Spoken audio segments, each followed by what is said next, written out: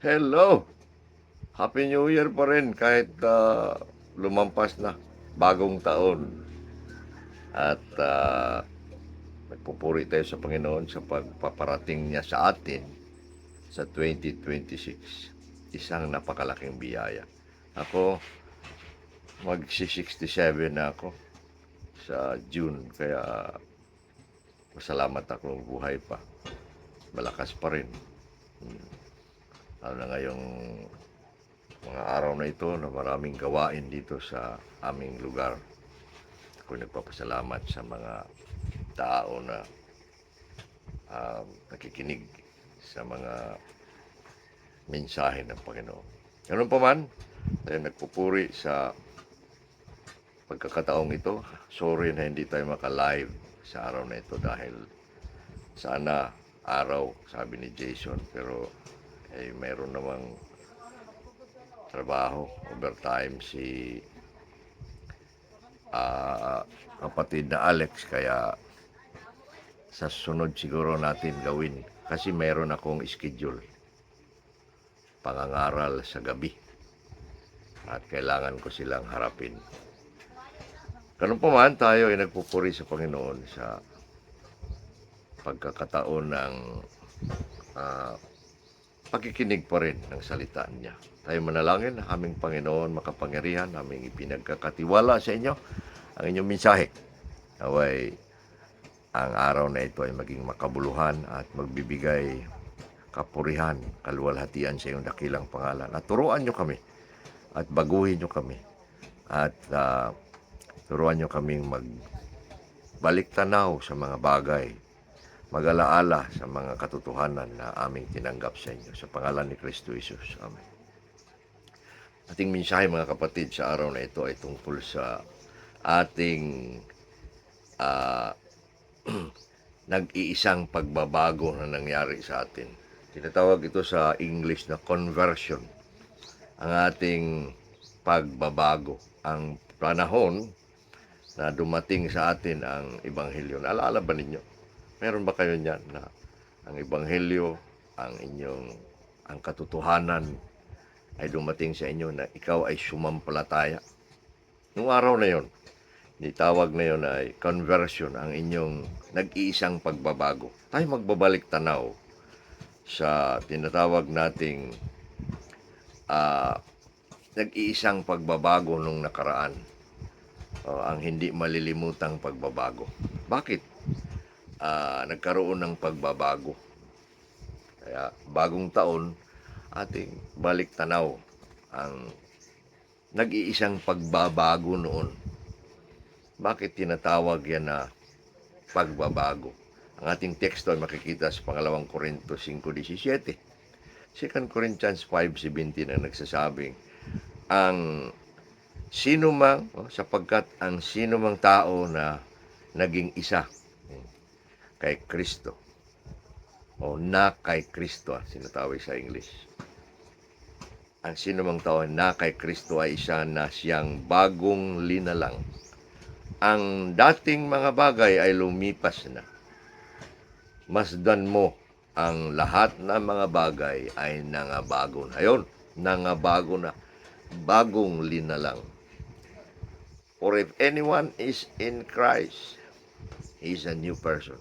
The old things have passed away. Behold, all things have become new. Yun. Nangyari yun sa bawat Kristiyano. Kung Kristiyano ka, ikaw ay magsasabing anak ng Diyos, Kristiyano, kailangan na mayroon kang nag-iisang panahon, isang lumipas na pangyayari na hindi mo dapat malilimutan. Nagbago ka. Ginawa kang bagong linalang. At ang dati lumipas na ngayon ay bago na. Kaya kailangan mong maalaala yan. Ating alalahanin. Bigyan natin ng magandang pag-alaala. Bakit kaya naging bagong linalang ang lahat ng na kay Kristo? Bakit diniklara ni Pablo? Why would Paul declare that if anyone is in Christ, he is a new creature? what makes him a new creature? Ano bang ah, sasabi sa kasulatan na ikaw, tayo ay naging bagong linalang at lumipas na ang nakaraan, bago na. Tingnan natin ang 5 bagay ng pagbabago. Mga simple ito ng pag-alaala, ngunit mahalaga sa ating kaluluwa. Una, sapagkat siya ay isinilang na muli. Bagong linalang, lumipas na ang dati sapagkat siya ay isinilang na muli. Pagkasilang na muli. Bagong pagkasilang. Ano ito sa English? Born again, new birth. Ang patay ay buhay na muli.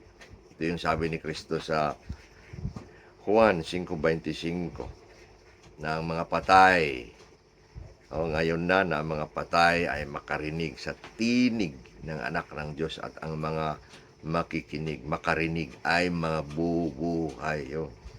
Ito ay buhay mula sa kamatayan, sa ating kasalanan.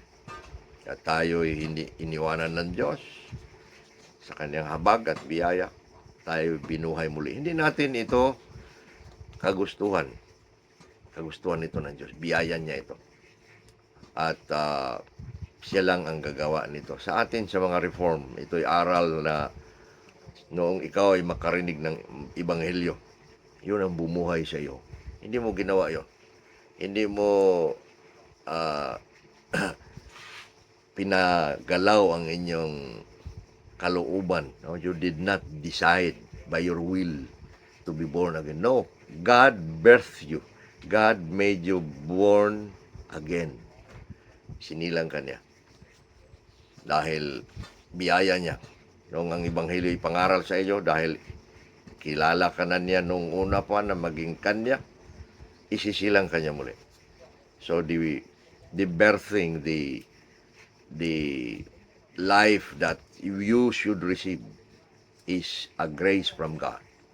At yan, bagong linalang ang taong na kay Kristo sapagkat siya isinilang na muli. Ayon sa Juan 3:3 at 5, maliban na ikaw ay isisilang muli, hindi ka makakapasok sa karya ng Diyos. Ngayon din ang sinabi sa Santiago 1:18, tayo isinilang na muli sa pamamagitan ng salita ng katotohanan. Tingnan nyo, ang katotohanan na salita, ang Ebanghelyo, dumating at yun ang bumuhay sa atin. Yan ang makapangyarihang Ebanghelyo.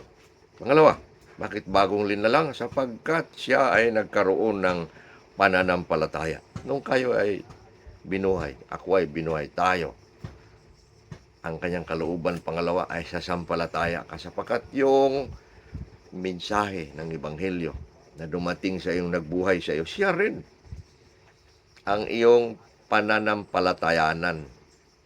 Mensahe naman yun ng tumatawag sa atin upang sasampalataya, kaya sasagot lang tayo. Ngunit hindi natin masasagot yan kapag hindi tayo binuhay ng Diyos.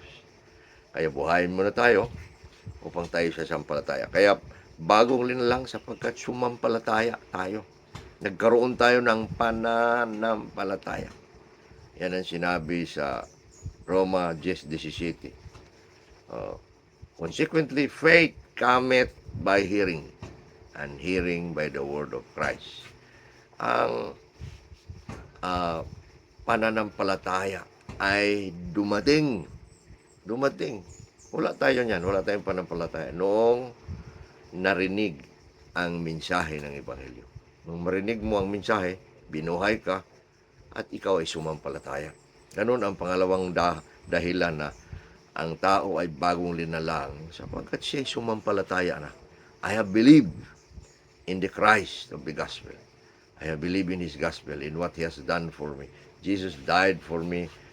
Jesus became my substitute. Jesus was my mediator that brought me to the Father as He reconciled me.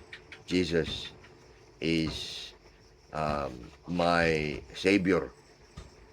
Siyang daan, katotohanan at ang buhay. Ako'y sumampalataya sa Kanya. Kaya ako'y nagkaroon ng bagong buhay, bagong linalang. Sumampalataya tayo sa Ebanghelyo. Kailan ka ba na nagkaroon ng pananampalataya sa Kanya?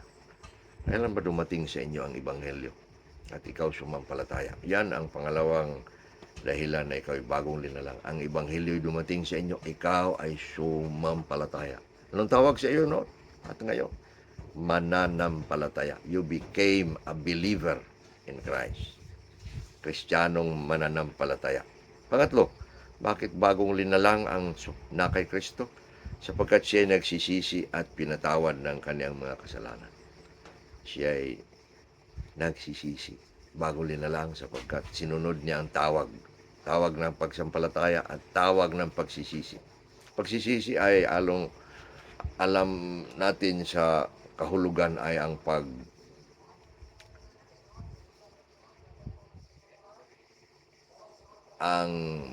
pagkakaroon ng pagtalikod,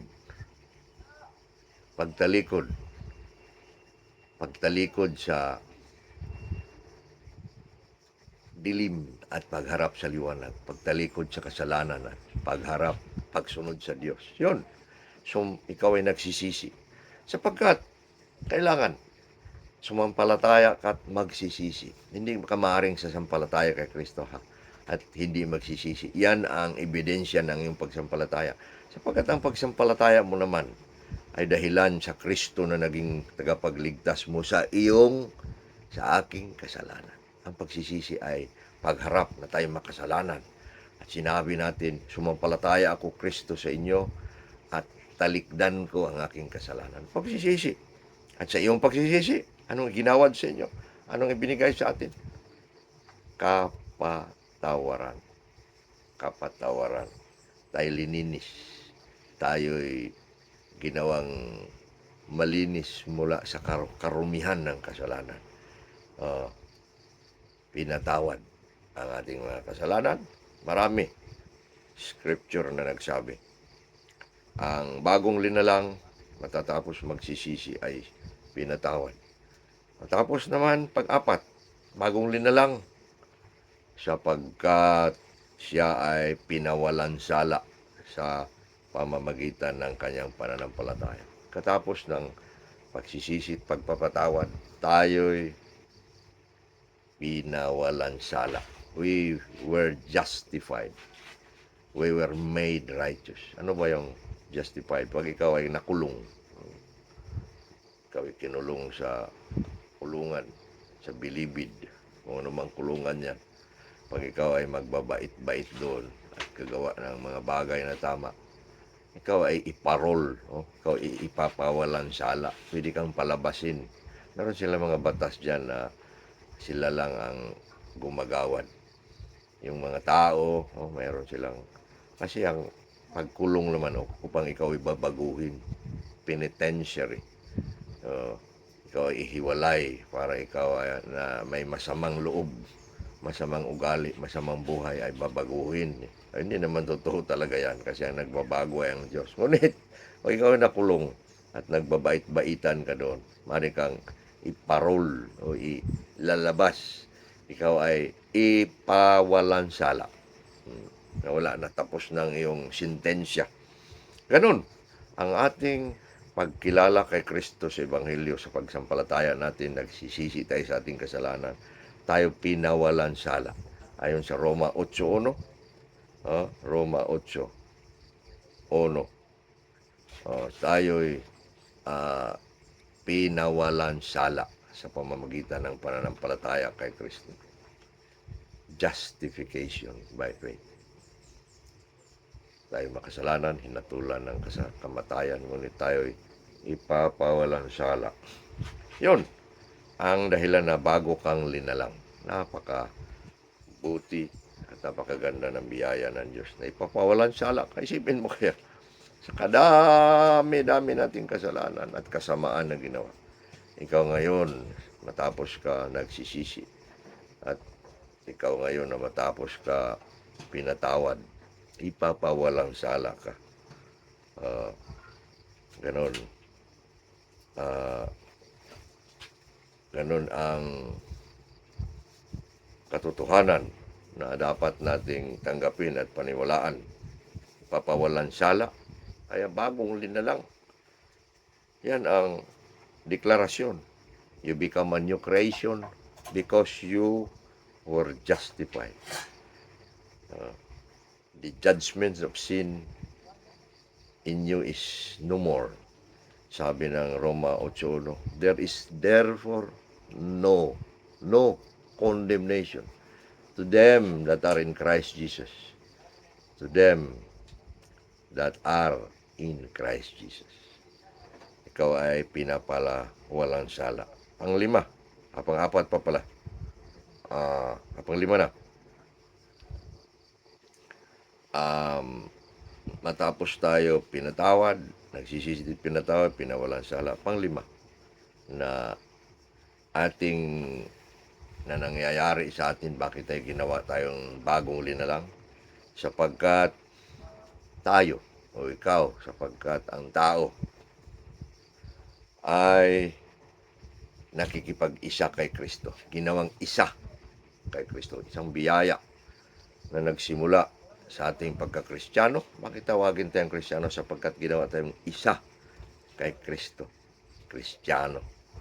We were made one with Christ. We were united with Christ. United. Union with Christ. Kailan ba nangyayari yan sa buhay natin? Nung tayo ay sumampalataya, nagsisisi, pinag-isa tayo kay Kristo. Pero dito sa Roma 6, matapos ang bautismo, kailangan may bautismo. So ang pagkakaisa kay Kristo talaga nangyayari sa bautismo. Sapagkat ang bautismo naman ay ginawa tayong isa kay Kristo. Yan ang simbolo ng bautismo. Baptism made us legally, righteously one with Jesus Christ. Isa sa kanyang unang kamatayan. Ang kamatayan ni Kristo ay nangyari. Namatay siya para sa atin, ngunit nabuhay siya muli. Namatay siya dahil sa kasalanan. Tayo rin ay mamatay. Mamatay kasama sa kanya sa ating laman, sa ating makasalanang pagkatao. Kailangan mamatay ang ating makasalanang pagkatao kaya sama kay Kristo. Nung si Kristo ipinako, sabi ni Pablo, ipinako ako kasama kay Kristo. Pinako ka, namatay. Ang pinakamahirap na kamatayan ay pagpapako. Kasama tayong ipinako kay Kristo. Ang ating mga kasalanan ay napako. Namatay kasama Kristo, nalibing. Yan ang katotohanan. Hindi yan biro. Totoo. Ay pag Kristiyano tayo, linibing ko na ang dati kong pagkatao. Naisama na kay Kristo. Ang aking makalaman na pagkatao ay namatay na kasama kay Kristo. Yun. Isa ka sa kanyang kamatayan. Pangalawa, isa ka sa kanyang pagkabuhay na muli. You were made, you were united with Christ in His death. Second, you're united with Christ in His resurrection. Pagkabuhay na muli. Kaya kapangyarihan yan ng Diyos sa atin, bagong buhay kapag tayo'y ginawang isa sa kanyang kamatayan at isa sa kanyang pagkabuhay na muli. Tayo'y magkaroon ng kapangyarihan mula sa kasalanan. Tanggapin natin, isabuhay natin ang kanyang kapangyarihan. Kaya sabi ng Efeso 1:19 at 20, na ang kapangyarihan ng Diyos ay ating makilala, malaman, maranasan. Yan ang kapangyarihan mula sa ating pakikipag-isa sa kanyang muling pagkabuhay. The resurrected life and the power of the resurrected life become our power.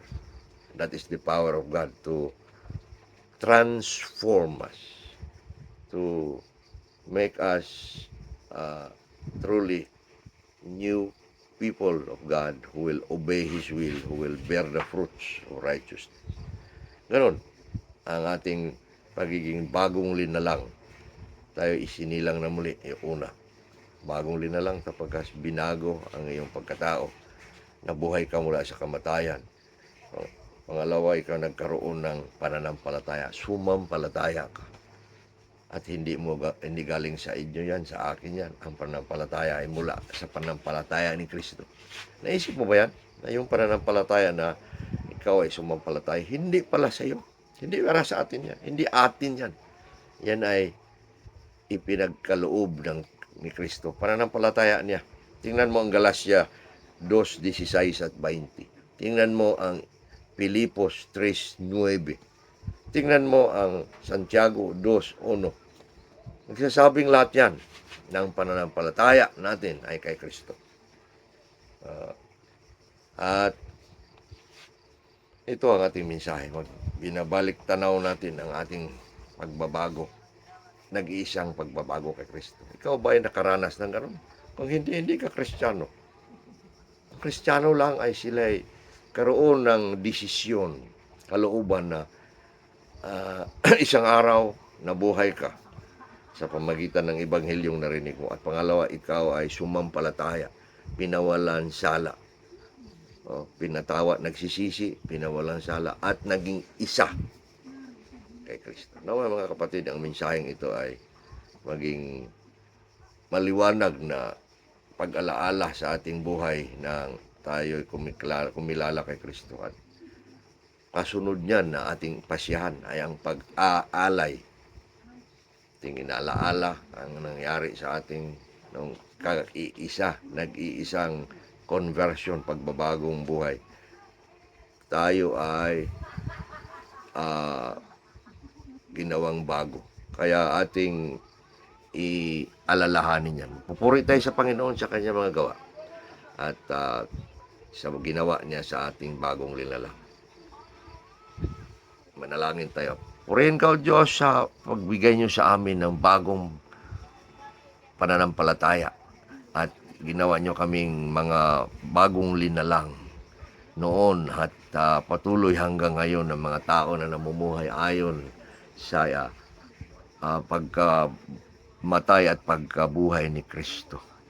Turuan niyo kaming magpapatuloy sa ganitong mga katotohanan at mag-alaala, magbabalik tanaw, at kami ay gawin ninyong mga karapat-dapat sa Ebanghelyo, sapagkat ang amin namang inaalaala na kami nagbabago ay ang ginawa ng Ebanghelyo sa amin. Purihin ang iyong dakilang pangalan sa pangalan ni Kristo Jesus.